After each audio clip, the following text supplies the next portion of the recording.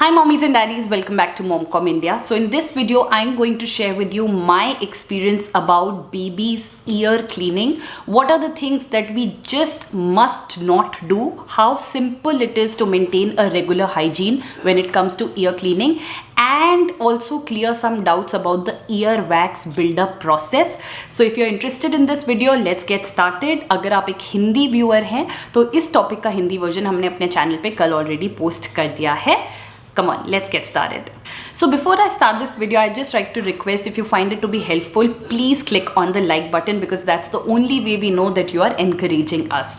Also, I'd like to say that the ear cleaning hygiene routine is different when your child is under the age of 1.5 years, and can be different when your baby or your kid is over 1.5 years, because by that time they mature and they understand the whole process. With newborns and with little babies, this process can be really, you have to be very cautious about how you clean your baby's ears, because a small mistake can cause injury or can cause damage or can cause an infection, which is something that you just don't want, considering it's an important part of the body. So you just don't want to mess with it at all. So I would say that ear cleaning process has to be done in hypercare with a lot of caution and care, and now I'll tell you how.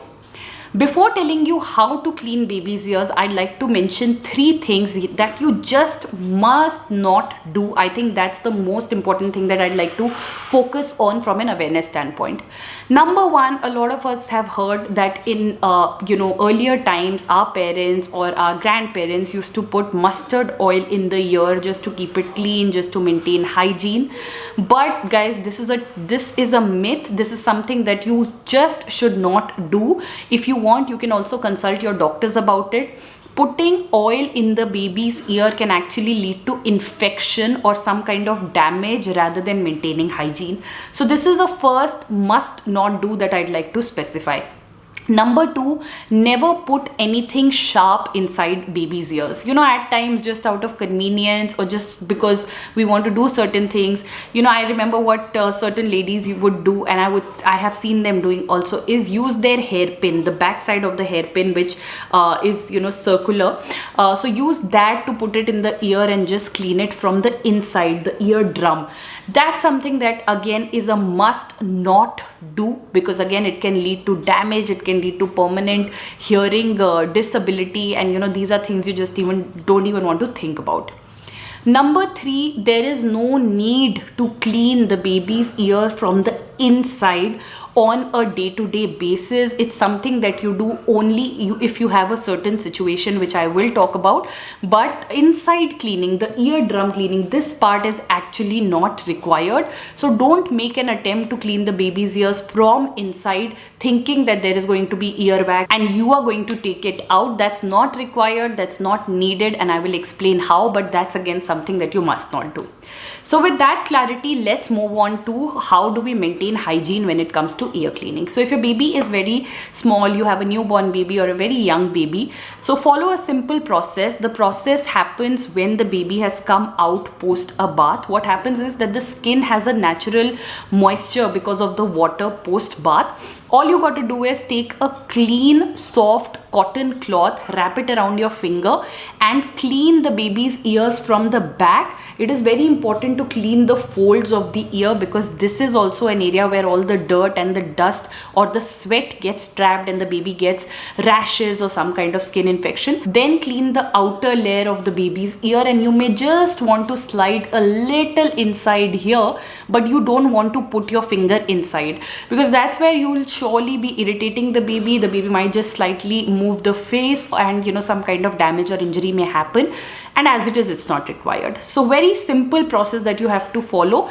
and this is very convenient to do also. We also have been doing this. Just in case your baby is not getting it done post bath time, then what you can do is that whenever your baby is at ease, lying down in your lap or in the bed, or during massage time, what you can do is take some lukewarm water and follow the same process. Dip your finger rolled with the cloth in water, and then just clean the baby's ears in the same process that I said, on the folds, on the outer part, and slightly inside. That's all that you need to do. Now some parents ask a question that can we use cotton swabs to clean the baby's ear? Yes, you can use, there are these specially designed baby cotton swabs also. But generally doctors say no to using the regular ones, because just in case the baby moves his head, or you are unable to do it properly, it can cause a damage or injury, considering the whole area is so sensitive. That's why they say that avoid the swab and just go with a cotton cloth. That's more than enough. Also, for cleaning the baby's ear, do not use anything except lukewarm clean water. Some people prefer using oil or using moisturizer. You should absolutely not do that, because whatever is going to be left, that's going to attract dirt or dust. The whole reason of why you're cleaning the baby's ear will fail if you use a oil or a moisturizer to clean the ear.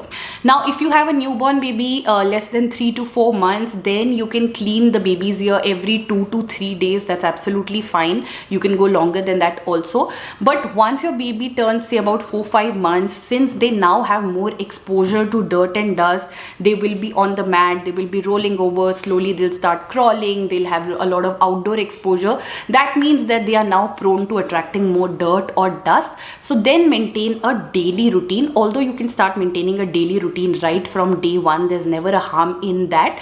But yeah, after 3-4 months, you should maintain a daily routine of maintaining the ear hygiene as well.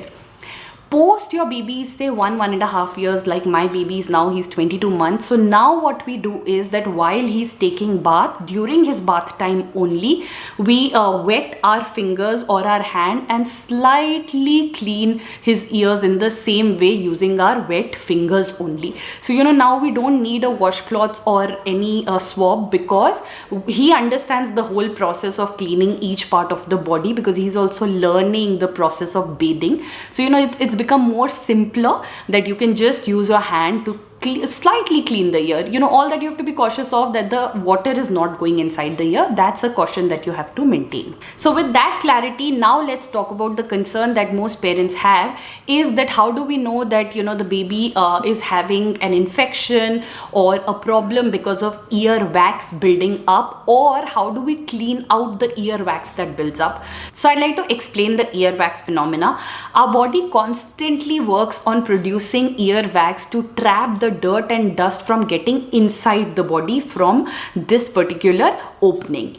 So the earwax continues to build up, it builds up, it dries on its own, and slowly and gradually it comes towards the outer lining of the eardrum. And when you give your baby a bath or as part of your cleaning routine, it comes off and your baby's ear is absolutely clean. In some cases, some babies or some adults also, their bodies produces excess earwax, which is when this problem of earwax buildup happens.